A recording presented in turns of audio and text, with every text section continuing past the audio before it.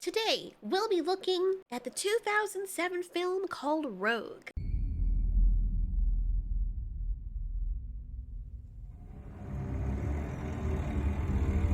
If you want something to satisfy your Jurassic Park feelings, watch this movie. The movie introduces us to a first main character, Pete McKell. And last time I saw this guy was in a romance movie. I think it's Something New or something like that. No, that wasn't it. I think it was Never Been Kissed. That's it, yeah. What I do know is that this guy is always in romance comedies, so it was weird to see him in this movie. He stops at the Down Under, and people don't seem to like him very much because he's wearing a suit. It's really weird because they have a whole bunch of headless marsupial things, or rats, and just some weird stuff in a store that they use to sell. Well, I guess they use it to sell bait, so I guess that'd be okay. It's still strange because you sell food there, but you know, whatever. If it's a bait store, I apologize. He says he's supposed to catch a boat there, but he doesn't seem as though he's very social, and the people down under don't appreciate that. Don't seem to appreciate stuck-up people. You've got to be nice, you know? Especially since everything down there can kill you, apparently including the people.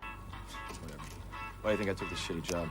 Did this bitch just put a fly in his coffee just because he said the cell service sucks up there? The service does suck up there. Wow, this makes me, see, I'm freaking paranoid. This is why I watch people when they're mixing my drinks. It's also why when I'm going out to a restaurant to eat, I stir my drink really well if it's not in a see-through glass, cause you never know. Nasty bitch. Not to mention, this fly was in the sugar pot. He took it out of the sugar pot, put it on the counter, and then when the guy said that the cell service sucked out here, he put the fly that had been dead in the sugar pot in this guy's coffee. I don't need to remind you that flies eat shit. So when they die, the shit's still in there. Freaking nasty, man. I also don't know why in these movies they always portray Australians as freaking dirty and dusty mofos. Like, chill. I know Australia is dusty, but you don't have to portray all the people like that. I swear to God, they're gonna think that most people are like that in Australia. Just like in commercials and movies, apparently the only places that exist in Africa are the places where people are very poor and don't have clothes and eat dust. And that is not the truth. Anyway, I digress. It's just a movie. It's also a remote place. The guy catches his bus and...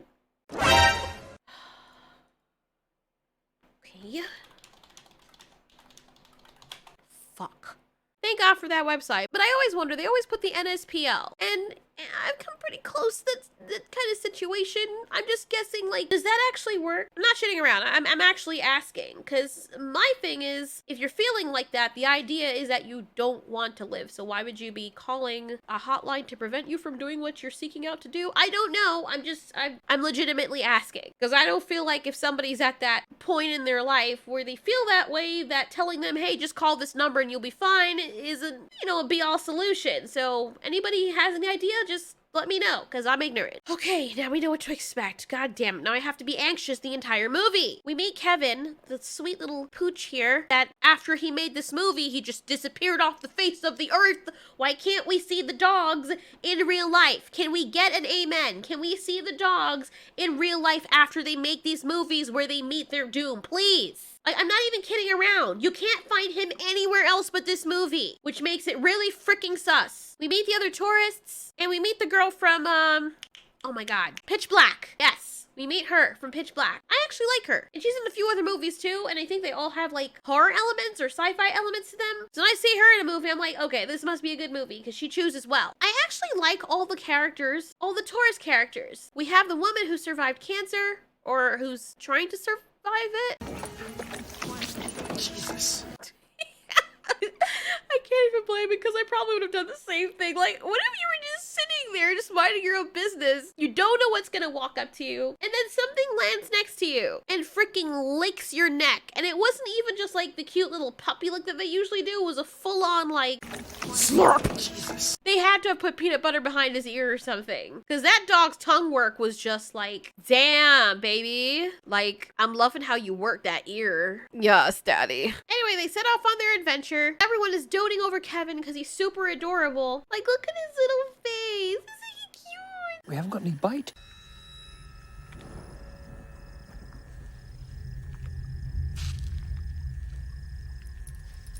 You know what?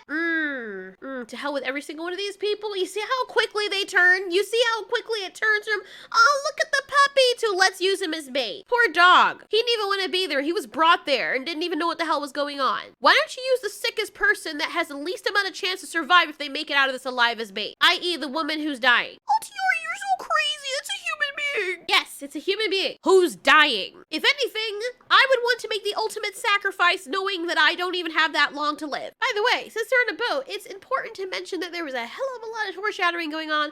Well, foreshadowing itself is the title and the frickin' picture of the movie, the poster for the movie. We know crocodiles are involved, but there's a very bloody picture about this article of a 12-year-old boy having been devoured whole, and they cut the little boy out of its body before he fully digests. It's really bad. Like, it's a horrible picture. It's so horrible, it looks real, and it makes me wonder, is it real? Anyway, getting to know the tourists through their bickerings, banters, and conversations is actually really refreshing. Because usually when they have movies like this where there's some kind of animal that's going to pose a danger for all of them, the characters are usually very unlikable, and you don't really care if they die. But here, I end up caring about these characters. Well, this specific tour is about the saltwater crocodile, the most aggressive crocodile, and they watch them as they get fed. As long as they don't go into the water, they're fine. There's a lot of cool establishing shots, and I feel like part of this movie is a marketing campaign for Australia. Look at this.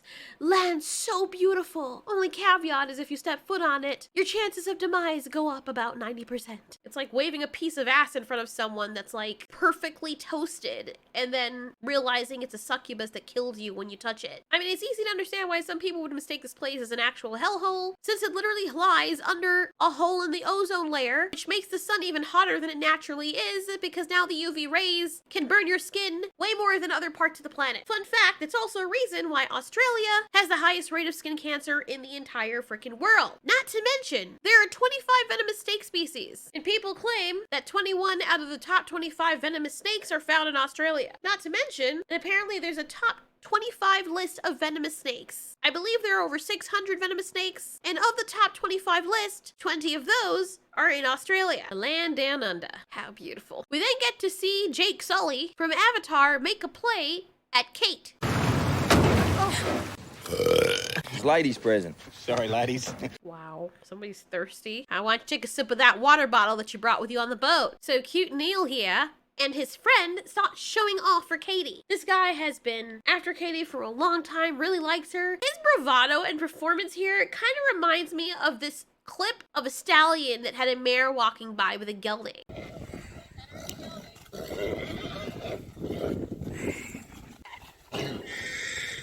Kind of like that. He gets embarrassed, some of the guys stick up for her, and she leaves him in the water after she slams her big boat into his. You think something's gonna happen to him here, but nothing does. Something eerie. Well, it doesn't take long before something weird starts to happen. You see, this guy says he saw a flare. The other tourists confirm that they've seen it. Somebody is calling for help. There, now you can see better. A flare usually means somebody is in distress. And why would they be in distress out here? So of course, Kate takes this seriously. Is Kate like a popular name in Australia? Because I know like 6 people whose name is Kate. Every single one of them are from Australia. Kate calls it on the radio, but she can't really hear anything. There's a lot of interference in the area. She tells whoever it is, just in case they can hear her, that she's gonna check it out. Now, understandably, the tourists are concerned about this because they're like, that's nice, somebody needs help, but can we like go back? Can you drop us off first? And she's like, no, if it were you, you'd want me to respond and go out there and save you, which, yeah, she has a point. However, what if it's like pirates or something? Why would pirates be on this side of the road? I don't know, but you know, things happen. And I understand from Kate's point of view why she would want to answer the call. What if someone is seriously hurt? And her being there to bring them back means the difference between life and death. The guy whose neck is the same width as his head, who spread his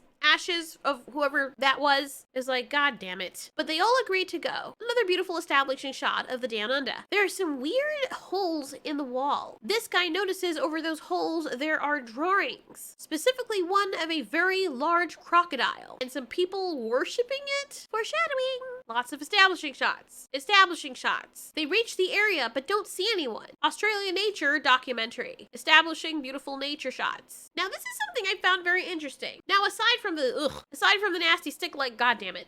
Sorry, let me try again.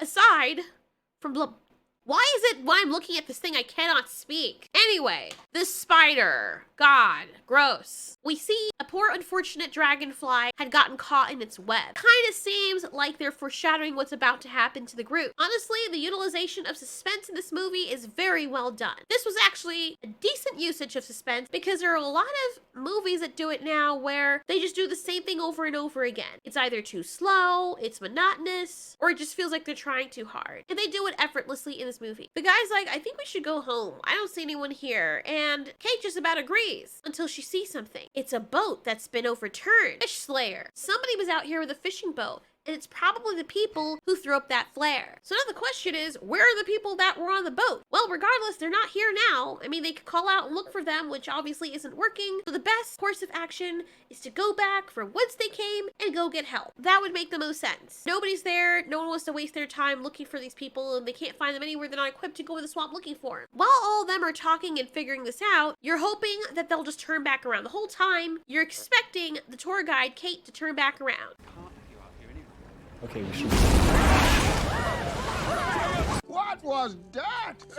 The weather. Water is spilling into the boat. Kate sees a mini island in the distance and they head for it. Running the boat aground, they all get out. The boat's busted and they are all stranded. Everyone's freaking out, and the other thing that's really concerning is that the tide is going to come in. If the tide comes in, whatever was out there can now get them. They'll be stranded. There'll be no place for them to hide. Not to mention, they'll be in the dark. Unfortunately, the flares are out there in the water, where a crocodile obviously attacked them. They realize it's exactly what it was. The whole time I'm still anxious because I know Kevin's gonna die. People start getting antsy and saying that they want to swim across, even with the crocodile in the water. It's interesting and very unfortunate to see what fear does to people. What channel is it?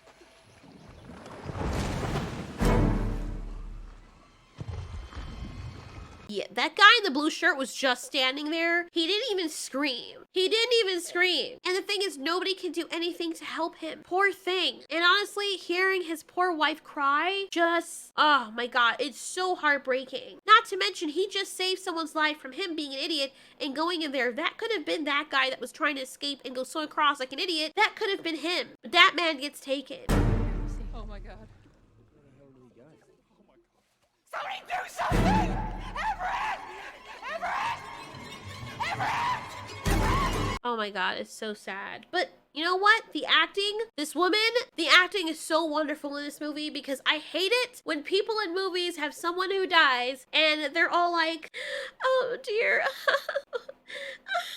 crying like they're in a freaking Disney movie. Hearing the tone of her voice, you can tell that she either tapped into a part of her where she's lost someone, or she imagined her loved one actually having that happen to him. Oh my God, like, can you imagine for a second that happening to someone that you love? Your boyfriend, your husband, your girlfriend, your wife, your pet, your baby. There one day, or there one second, and then gone the next. And you were completely helpless to do anything about it. Totally helpless. I mean, like, really helpless. What would you do? You can't even kill the thing. You have no way to exact vengeance. Oh my God, I literally started crying. Like, tears started falling down my eyes because I imagined if that was my partner, how I would feel. Although I'm probably the stupid asshole that would be so overcome by sheer rage and agony that I would jump in after the water with a knife or something to try and save my husband or my loved one. Now her husband is gone. She nor anyone can do anything about it. She wouldn't even know where to look. And all she can do is cry his name over and over and over again for the next half hour. Not because she actually thinks he's gonna answer, but she doesn't know what to do. God. Kind of reminds me when I lost my dog. I had to put her to sleep. I know I keep bringing this up, but the pain, that's a deep kind of pain, man. And I was there for an hour crying in that vet room when she left us alone to be with her. And I just kept screaming and calling her name over and over again, or saying my baby girl, my girl, and I just couldn't stop. And I felt that visceral pain watching this woman do this. Like, wow, even tears are coming to my eyes now thinking about it. So well done. I don't know who this actress is, but she killed it. Makes me wonder if somebody actually did something to her loved one. Everett!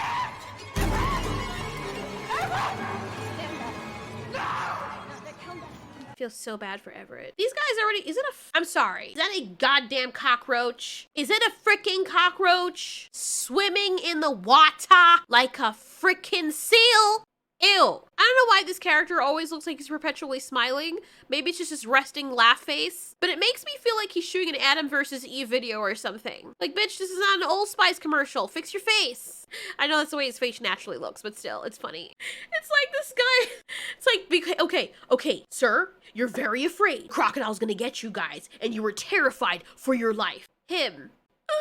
Like, nobody cares if you look attractive when you're all about to die. I think his mouth is just framed like that. Anyway, they have a lot of problems. They have this crocodile that, you know, they have to try not to get eaten by. Now that they've seen it actually eat someone, that is a huge concern. They also have that cancer woman, or the person who is sick. We don't actually really know what's wrong with her, but when I looked at does the dog die, they did say someone is dying of cancer there. Why am I smiling? Kate is doing her best to hold it together. She has a lot of guilt, knowing that the tourists never wanted to go here, and she took them there to try and help someone else, and now they're all in trouble and one of them is dead. She really feels survivor's guilt like it's her fault. But look who's here to save the day. Jake Sully and his friend. Dude, I know it is hot, but what are you wearing? Man, it looks like he's wearing a whole ass onesie on this freaking boat. Everyone's happy, and Kate is waving her hands in ecstasy like, yes, please, please come save us. Everyone is so freaking happy, even though they all can't fit on that boat. Of course, cute old Jake Sully here, his name is Neil, and this is like, ha, see? And his friend's like, oh, she wants to talk to you now, because they do see that the boat is run aground. Or at least I think they noticed that. Of course, he's like, yeah, she wants me now. Yeah, she looks happy to see me, huh? Now she needs me and shit. But instead of coming to get them, they show off. Now, the tourists are really concerned because these guys don't know that there's a crocodile in the water. I'm sorry, I really need to stop that. He's like, this should be a freaking meme. He's like, what's the problem? I can't hear you. Then Colin, the guy who's controlling the boat, is like, wait a minute. What's wrong with their boat anyway? I can't hear you. He cannot hear you. Now you want to talk to me? What's wrong with the boat? Yep. Guess who makes it out alive? Neil doesn't know what hit them. But he goes on the little tiny island with all the others. Colin is nowhere in sight. Colin apparently did not make it. The two ducks they had hunted are still floating out there in the water. Honey, you need to stop. As the evening sets in, the tide starts rising, which is what everyone feared. The ducks wash in, and so do some beers that this guy doesn't even think to share with anyone else. The sick lady starts feeling sicker because her meds were on that boat, and they probably got knocked out and they don't know where they are. Since there's a first aid kit, which they do go on the boat for, I think that it staves off the pain, at least for the time being. Neil makes a hard decision, which is what I really respect him for, to be bait and tie a rope on the other end of the swamp so that they can kind of shimmy their way above the water.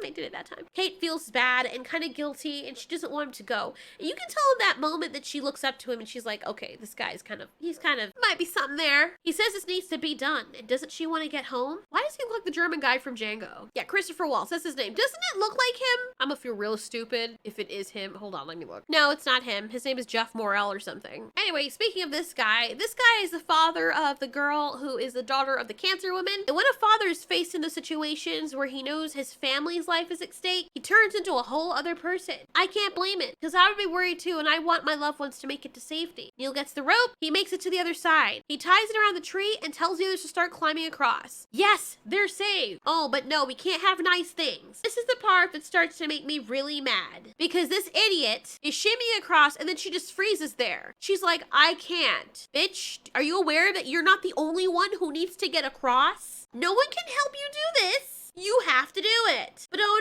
no, she decides she's gonna be all cute and get frozen like a little deer in the middle of the rope when other people are trying to get across. It's so freaking stupid, it's ridiculous. At this point, I would not blame people if they threw her off. Mila's like, come on. The father here is like, oh my God, she's not moving. His little daughter, he wants to get her and his wife to safety. His daughter's still a child and his wife is sick. This man is feeling real person stress. And that woman clearly has nobody else left to live for. So he's like, you know what? No, screw this. We're gonna go across the road. We're gonna start getting her moving. There's no other way they can get her moving without freaking killing her. Come here. We're going. Don't you fucking touch me! Don't you fucking come anywhere near me! Oh, I cannot blame the man. I cannot blame the man. He is in a fit of fatherly protection right now. Do not mess with a father who's trying to protect his kids or his family. That's a whole other freaking beast right there. You think the crocodile's scary. That man in that moment would kill someone if they tried to get in between him saving his family. The father puts his little girl, well, she's not really a little girl, but he puts his child on the rope and he's right behind her. He encourages her along, but as the daughter says, the woman won't move. She's still crying there like a freaking buffoon. Bitch, you are not 20 feet in the air. Why are you afraid? On top of it, if you think that I have no reason to be angry, this freaking slimy, disgusting disgusting stone caught in a walrus throat ask people if she could be first because she wanted to go home. This is her now. Can you understand why I'm frustrated? Even just watching this, I'm freaking frustrated. Like, take a freaking stone, throw it in her forehead, and make her drop into the water. Because at this point, you were endangering everybody else's lives. Oh my god, you're so horrible! Yup, I do not feel any pity for someone who does not consider other people's lives. But she's scared. And she's not moving, and no matter what you do, she's not gonna move. So make her fall into the water where she'll be forced to swim. Neil here tries to get her moving and she won't move. No amount of egging on and encouragement or screaming that they do is helping. She just keeps saying, I can't. God almighty, at that point. Since you're so inclined and you absolutely believe that you cannot, do us all a favor and drop down in the water and join your husband. At least I think that's the wife of the guy that got eaten. Neil had dropped his flashlight and he hears something. We're hoping it's not the crocodile, because you know Jake Sully has to make it out of here alive. Keep going! Neil, she's freaked! Get her moving! Had it not been for that stupid chimpanzee on the ropes, who apparently can't climb, so that was a bad analogy, Neil would probably still be alive. They call out for Neil, realizing that he's not responding to any of them. And when they look closely, they realize that the crocodile has entered the water. Neil! What's happening? Oh, shit! All hope is lost now because the crocodile is back. It's dark. How are they gonna get across? That woman's not moving, and the crocodile is gonna eat all those people on that little island as the tide is coming in, while that woman is still up on that rope. Legend has it that she's still on that rope to this day. Her freaking corpse is attached to the thing. I want to slap that child so badly because it's not like you're that young that you don't get the concept. Putting your weight on somebody else would make them fall if they're climbing. But you know what? It's her dad. She's scared. I would understand why she wants to jump on him. Her dad's already in the water. The weight of the tree is not enough. Now everyone's in the water. They all make it out. I know this woman's only human and she's terrified, but I hope she has survivor's guilt. I'm sorry. I cannot stand that shit. If you wanted to go first, then it is your responsibility to make sure you cross for everyone and not just think of yourself. The whole time she was being selfish. Everyone is looking down at the father. He knows he messed up. He says sorry to everyone. You couldn't even blame him in that moment because he was trying to get moving. Kate is so angry with him, but she's like, you know what? It's cool. She says this in her head even though she wants to kill him. Outstretched her hand to help him up. Which I'm like, first of all, you got out of the water. You know the crocodile's in the water. Why are you so close to the freaking edge? Why are you still staying by the freaking edge? Have you ever had that happen when you're watching these movies and people make it out of the water and they're like, oh my god, oh thank goodness I'm safe. No, bitch. Your legs are still dangling in the water and there's a shark. What part of that don't you understand? Why is that something that just slips their mind? You see what I mean? You see what I mean? Could have happened to anyone. But the chances of you surviving and reacting to something hopping out of the water would have been much higher had you been standing not so close to the frickin' edge. We hear the sound of his arm being ripped out of the socket while the crocodile is still chewing on it, and he is launched into the water. This is another part that made me so freaking sad. The acting in this movie is phenomenal because hearing the little girl scream out, "Daddy, Daddy, Daddy," just made me think about my father. And first of all, my father would have been that damn stupid. My father's the kind of person who runs and asks questions later. But oh my god, hearing her heart-wrenching screams as she was calling out for her daddy as he's getting eaten by the crocodile in front of her. Not even eaten, but like she sees it drag him under the water while he's still alive, splashing in the water asking for help. That's gonna haunt her forever. Even if she survives the situation, she will never ever get away from that image that's burned into her mind. Oh god, the stress watching this movie is so freaking real.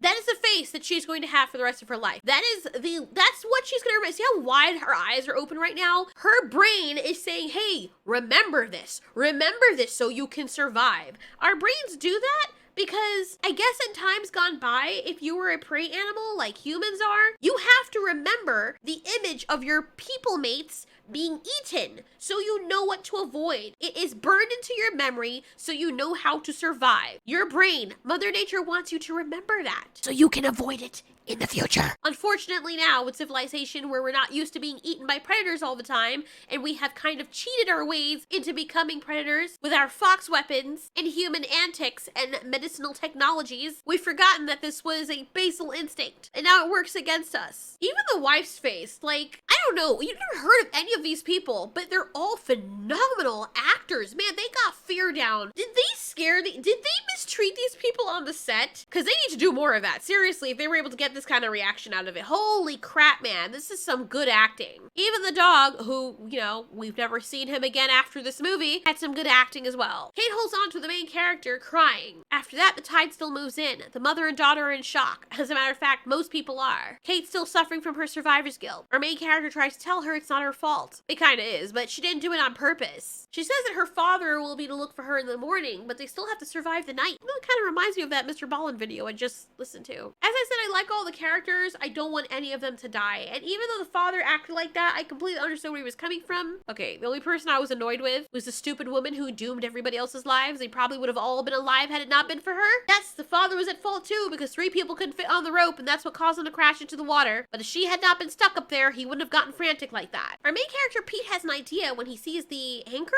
He figures that they can make a trap. He knows the trap won't hold forever, but at least it will probably hold the crocodile in place long enough so that they can swim to the other side. Once they're on good solid land, in the direction of where they need to go to get help, they can probably outrun the crocodile, which, that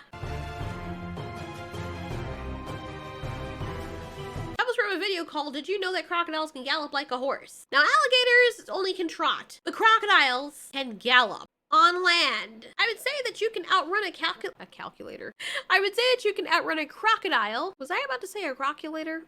But that's if you're reasonably fit. There are sick people here, and that crocodile can have a burst of speed and it can accelerate way faster than a human being can. So imagine a creature that is the king of ambushing, able to get to you as close as possible without you hearing. Then before you can react, it speeds up to you at like lightning fast before you even have a chance to figure out what the frick is happening. This is around the time people are like, oh, we should use the dog as bait. The sick woman is like, look, I didn't just try to survive here just so I could watch my daughter die in this muddy pit. She is definitely down to give this dog to the crocodile. Yes, you can. I can't. I have spent years I said no. battling for one more year, one more moment of knowing my daughter. I haven't come this far for that to go down No. some pile of mud in the middle of nowhere because you're not prepared to make a sacrifice. Poor Kevin. Dog is such a good actor because he's like, are you guys gonna really kill me when I didn't ask to be here? This is why my freaking cousins, the wolves, eat your pets when you leave them outside negligently. I'm kidding. He didn't actually say that because, you know, dogs are so freaking kind. They would smile in your face and cry at you, asking if they did something wrong when you're killing them. Like, these people in these movies, man. I swear to God. But the good news is they don't kill Kevin. Someone jumps into action. The guy who had taken all the beers had seen those ducks floating by the tide right beside the beer box. And he says, look, we have these. They'll eat anything, right? Thank goodness for this guy. They concoct the plan to build a trap for the crocodile. They figure out a way to keep it moving so the crocodile will think that it's prey and it's actually alive. When the tide comes in, this little island they're on will be completely covered. While they're waiting for the crocodile to take the bait, Kate asks Pete if he can promise to take care of Kevin if anything happens to her. Pete promises to take care of Kevin. Spoiler alert, he doesn't. He did try, but I don't even know, because the guy did say he hated animals. And he keeps calling Kevin a little shit when he's the one who wasn't holding on tight enough to the leash. I know I'm getting ahead of myself, but this is one part about the movies I don't really give a damn whether I spoil or not, because you know me very well, I do not like watching dogs get killed in movies. It is so freaking unnecessary. Poor Kevin. Finally, the crocodile takes the bait. Everyone starts to swim across. It doesn't look as though the rock is in a hold. And after some time, the crocodile breaks loose. Kate is still in the water and everybody on the other side is telling her, come on, Kate. And she's like, no, just go ahead. I think at this point, Kate stopped swimming either to save her own life because she knew the crocodile had gotten out of the trap, or she was purposely putting herself as bait so she would give the others a chance to survive. This was very freaking sad. Kate!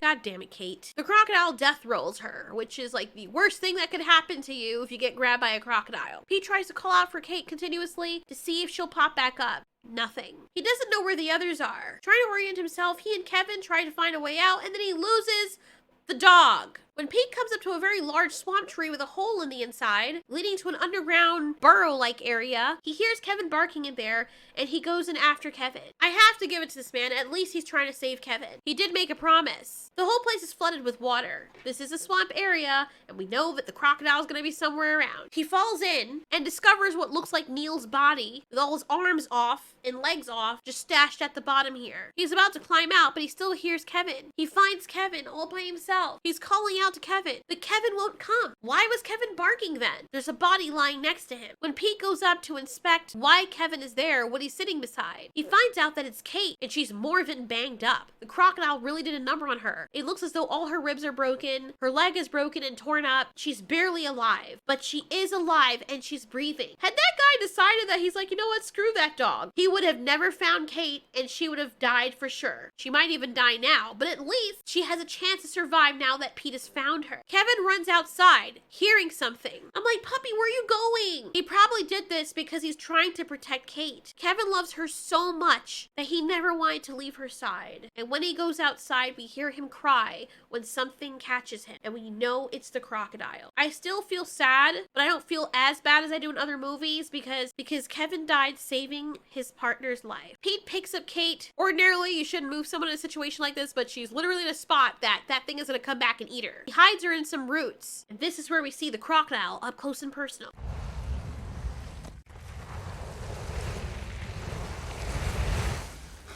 If you're watching this movie and you see it when it comes in, please skip past the part like a few seconds after that because you can see Kevin in his mouth. Kevin is dead, obviously, but unfortunately, you can see the crocodile eating Kevin, like up close. But the good news is Kevin is dead as this is happening. So I can kind of try to trick my mind into believing that they put a puppet dog there or a CGI dog. Kevin is also killed off screen, so at least. I will give this movie that though, like the effects for the crocodile are actually pretty good. The crocodile looks like a real crocodile, and it doesn't look like, ew. Like up close, this thing looks like it's actually there. Mr. Crocodile was taking a nap. Pete is like, I need to get out of here. And this is another part that upsets the crap out of me. If that crocodile wakes up, right?